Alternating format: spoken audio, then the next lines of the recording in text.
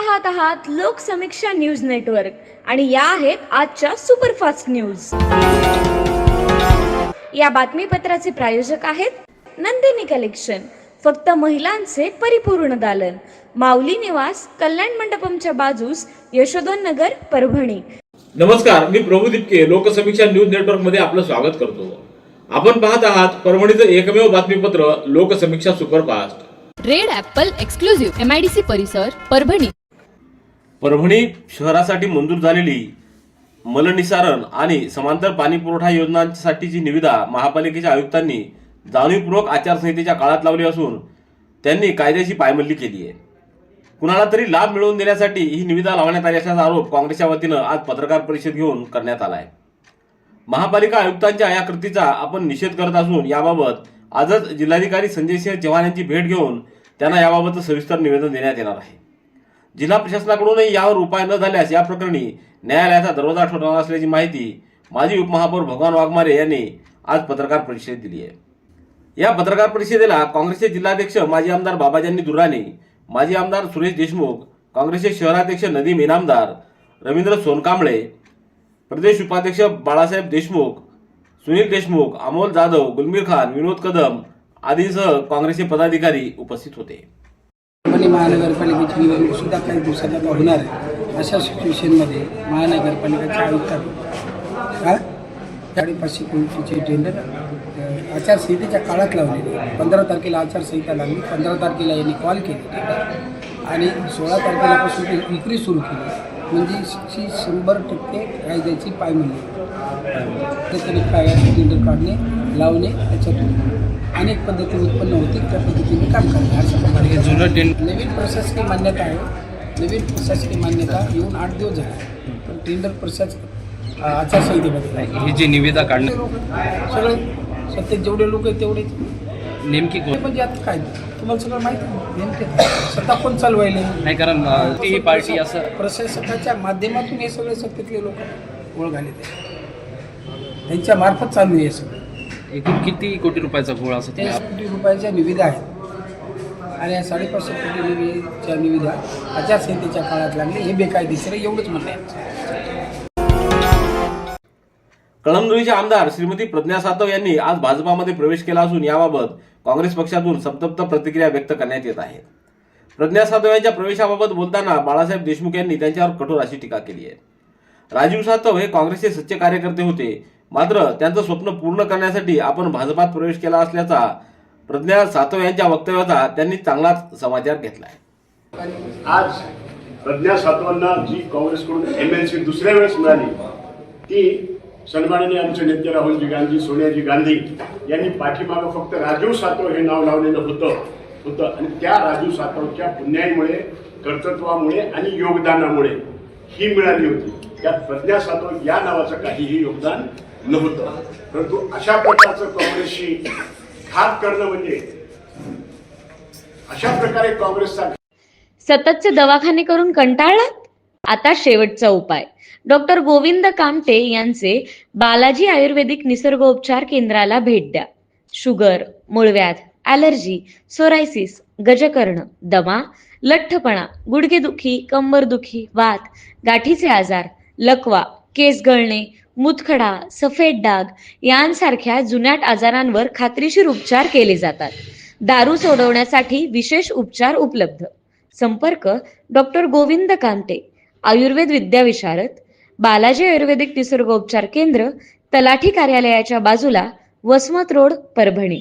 संपर्क 9921691008।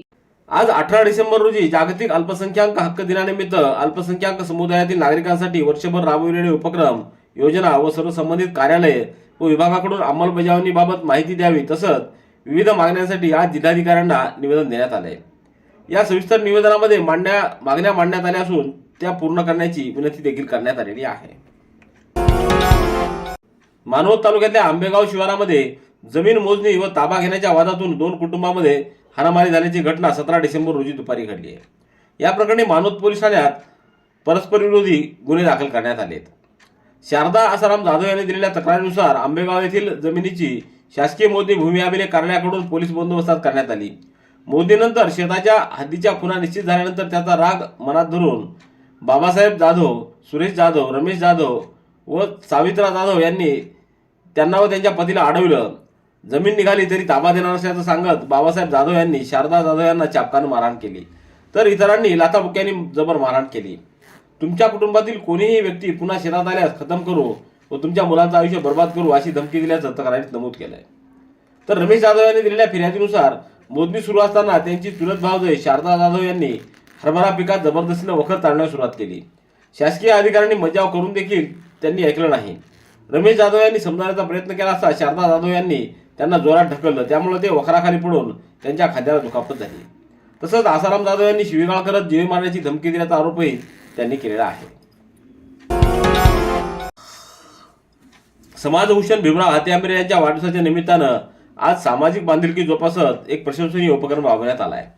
Lioness club Parbhani आणि doctor Arvind सावते यांच्या वतीनं संबोधी मागासवर्गीय मुलींचं वसतिगृह या ठिकाणी 48 विद्यार्थिनींना कडाक्याच्या थंडीच्या पार्श्वभूमीवर उबदार चादरीचं वाटप करण्यात आलं. कार्यक्रमाच्या अध्यक्षस्थानी संबोधी विद्यालयाचे मुख्याध्यापक अविनाश मालसमुद्रे होते. यावेळी प्राध्यापक रेखा सावते, सुरेखा पावडे, सुजाता सोनकांबळे, विजया कातकडे यांची उपस्थिती होती. परभणी शहर महानगरपालिका सार्वत्रिक निवडणूक 2025च्या अनुषंगानं निवडणूक विषयक कामकाज करण्यासाठी आज निवडणूक निर्णय अधिकारी नियुक्त करण्यात आले आहेत. निवडणूक निर्णय अधिकारी कक्ष देखील स्थापन करण्यात आलेले आहेत. तसंच त्यांच्या अधीनस्थ अधिकारी कर्मचारी यांना नियुक्ती आदेश निर्गमित करण्यात आले. यामध्ये प्रभाग क्रमांक 1, 2 आणि 7 साठी उपजिल्हाधिकारी शोभादेवी जाधव, प्रभाग क्रमांक 3, 4, 5, 6 साठी उपविभागीय अधिकारी गंगाखेड श्री युवराज दापकर, प्रभाग क्रमांक 8, 9, 14 साठी परभणीचे उपविभागीय अधिकारी उदयसिंह भोसले, प्रभाग क्रमांक 10, 11, 13 साठी सहज जिल्हा निबंधक रतनसिंह सोळंके आणि प्रभाग क्रमांक 12, 15, 16 साठी उपजिल्हाधिकारी भूसंपादन विद्या मुंडे यांची नियुक्ती करण्यात आलेली आहे. तर सर्व कक्षांचे नोडल अधिकारी व त्यांच्या अधीनस्थ कर्मचारी यांच्यासाठी उद्या 19 डिसेंबर रोजी सकाळी 11 वाजता महापालिकेच्या बी रघुनाथ सभागृहामध्ये प्रशिक्षणाचं आयोजन करण्यात आलं आहे. जिल्हा महिला व बाल विकास विभागांतर्गत जिल्हा बाल संरक्षण कक्ष व चाइल्ड हेल्पलाईन 1098 परभणी या यंत्रणांनी मागील 2.5 महिन्यात बालविवाह प्रतिबंधासाठी प्रभावी कामगिरी करत 15 बालविवाह थांबवण्यात यश मिळवले. ऑक्टोबर 2025 ते 12 डिसेंबर 2025 या कालावधीमध्ये बालविवाहाशी संबंधित एकूण 19 प्रकरणं हाताळण्यात आली. 19 प्रकरणांपैकी 2 प्रकरणांमध्ये बालविवाह प्रतिबंधक अधिनियम 2006 अंतर्गत गुन्हे नोंदवण्यात आले असून 2 प्रकरणांमध्ये गुन्हे नोंदवण्याची प्रक्रिया सुरू आहे. उर्वरित 15 प्रकरणांमध्ये बालविवाह वेळीच रोखून संबंधित अल्पवयीन मुलींना बालकल्याण समिती परभणी यांच्यासमोर हजर केलं. त्यांची पुढील काळजी, संरक्षण आणि समुपदेशनासाठी पालकांना आवश्यक अशा सूचना देण्यात आलेल्या आहेत.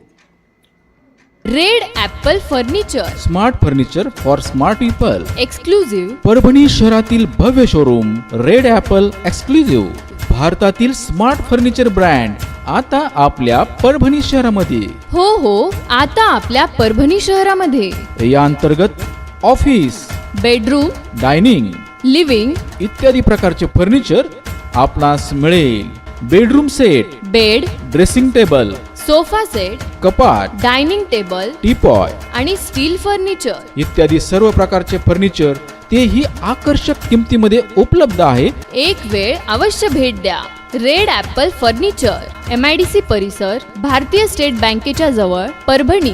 पाथरी तालुक्यातल्या लोणी शिवारातील एका शेतकऱ्यानं केळीच्या भावघटीमुळे 5 एकरातील 5,500 केळीचं पीक जेसीबीनं मोडीत काढण्याचा धक्कादायक निर्णय गुरुवारी घेतलाय.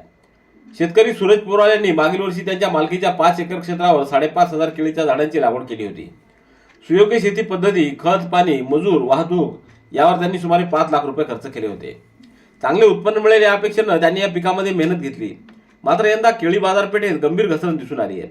सध्या केळीचे दर 200 ते 250 रुपये इतके खाली घसरले असून उत्पादन खर्चही न निघणारी स्थिती निर्माण झाली आहे. यामध्ये भर म्हणजे व्यापाऱ्यांनीही या दरामध्ये तयार झालेल्या केळीला हात लावण्यास नकार दिल्यानं शेतकरी पोरवाल पूर्णपणे अडचणीत आले.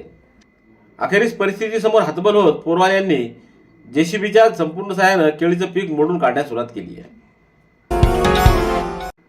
केंद्र शासनाच्या निर्देशानुसार परभणी जिल्ह्यामध्ये 19 ते 25 डिसेंबर या कालावधीमध्ये सुशासन सप्ताह राबवण्यात येणार आहे. या सप्ताहात नागरिकांना विविध शासकीय सेवा तसंच तक्रारींचं निवारण करून दिल्या जाणार आहे. याशिवाय विविध सेवाविषयक पोर्टलवरील प्रलंबित तक्रारींचं या काळात प्राधान्याने निराकरण केलं जाईल. विभाग प्रमुखांनी सुशासन सप्ताह प्रभावीपणे राबवून प्रलंबित तक्रारींचं तातडीने निराकरण करावं असे निर्देश जिल्हाधिकारी संजय सिंह चव्हाण यांनी दिले आहेत. जिल्हाधिकारी कार्यालयात आज सुशासन तपसाबाबत आढावा बैठक संपन्न झाली. त्यावेळी ते बोलत होते. या बैठकीला निवासी उपजिल्हाधिकारी अनुराधा ढालकरी आणि सर्व विभाग प्रमुख उपस्थित होते. गरजू नागरिकांना अल्प दरामध्ये भोजन देणारी योजना असलेल्या शिवभोजन केंद्र चालकांचं देयक गेल्या 7 महिन्यापासून रखडल्यानं या केंद्र चालकांसमोर मोठा प्रश्न निर्माण झाला आहे. 7 महिन्याचं देयक थकल्यामुळे या केंद्र चालकांना स्वस्त दरात जेवण देण्यासाठी मोठ्या अडचणी निर्माण झालेल्या आहेत. मुख्यमंत्री देवेंद्र फडणवीस यांनी जिल्हाभरातील सर्व शिवभोजन केंद्र चालकांचं थकलेलं देयक त्वरित देण्यासाठी आदेश द्यावेत अशी मागणी या केंद्र चालकांमधून करण्यात आली आहे.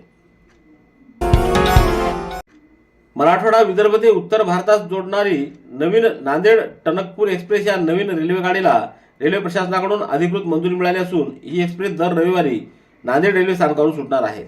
दर रविवारी नांदेड हुजूरसाहेब येथून रात्री 11:40 ही गाडी निघणार असून ही एक्सप्रेस गाडी Purna junction, Vasmat, Hingoli, Washim, Akola, Malkapur, Khandwa junction, Itarsi junction, Rani Kamlapati, Bina junction, Lalitpur, झाशी junction, Gwalior junction, Dholpur, Agra cantt, Mathura junction, Kasganj junction, Budaun, Bareilly junction, Izzatnagar व पिलीभीत जंक्शन या मार्गाने तिसऱ्या दिवशी सकाळी 5:55 टणकपूर या ठिकाणी पोहोचेल. या नवीन रेल्वे गाडीमुळे मराठवाडा आणि विदर्भातील प्रवाशांना मोठा दिलासा मिळाला असून उत्तर भारतात जाण्यासाठी या नवीन एक्सप्रेसमुळे मराठवाडा आणि विदर्भ भागातील प्रवाशांना उत्तर प्रदेश व उत्तराखंड जाण्यासाठी थेट रेल्वे सुविधा उपलब्ध होणार आहे. जिल्हाधिकारी कार्यालयामध्ये आज अल्पसंख्याक हक्क दिन साजरा करण्यात आला. अल्पसंख्याक व बहुसंख्याक यांच्यात परस्पर सलोखा व सद्भाव कायम ठेवणं महत्त्वाचं असून लोककल्याणकारी दृष्टिकोनातून सर्वांनी यासाठी प्रयत्न करावेत असं आवाहन जिल्हाधिकारी संजय सिंह चव्हाण यांनी केले. संयुक्त राष्ट्र संघटनेनं 18 डिसेंबर 1992 रोजी राष्ट्रीय वांशिक, धार्मिक व भाषिक अल्पसंख्याकांच्या हक्काचा जाहीरनामा स्वीकारला. त्या अनुषंगानं 18 डिसेंबर हा दिवस अल्पसंख्याक हक्क दिन म्हणून साजरा केला जातो. अल्पसंख्याक समाजाला त्यांच्या घटनात्मक व कायदेशीर हक्काची माहिती मिळावी यासाठी अल्पसंख्याक विकास विभाग, जिल्हा नियोजन समिती यांच्यामार्फत जिल्हाधिकारी कार्यालयाच्या सभागृहामध्ये अल्पसंख्याक दिन आज साजरा करण्यात आला. यावेळी उपजिल्हाधिकारी अनिता भालेराव, उमेश वाघमारे, उमाकांत लोखंडे, शिवाजी भोसले यांची उपस्थिती होती. केंद्रीय लोकसेवा आयोगामार्फत UPSC घेण्यात आलेल्या परीक्षेमध्ये परभणीतील पेशकार यांची कर्मचारी भविष्य निर्वाह निधी संघटना, श्रम व रोजगार मंत्रालय, भारत सरकार अंतर्गत अंमलबजावणी अधिकारी या पदासाठी निवड झालेली आहे.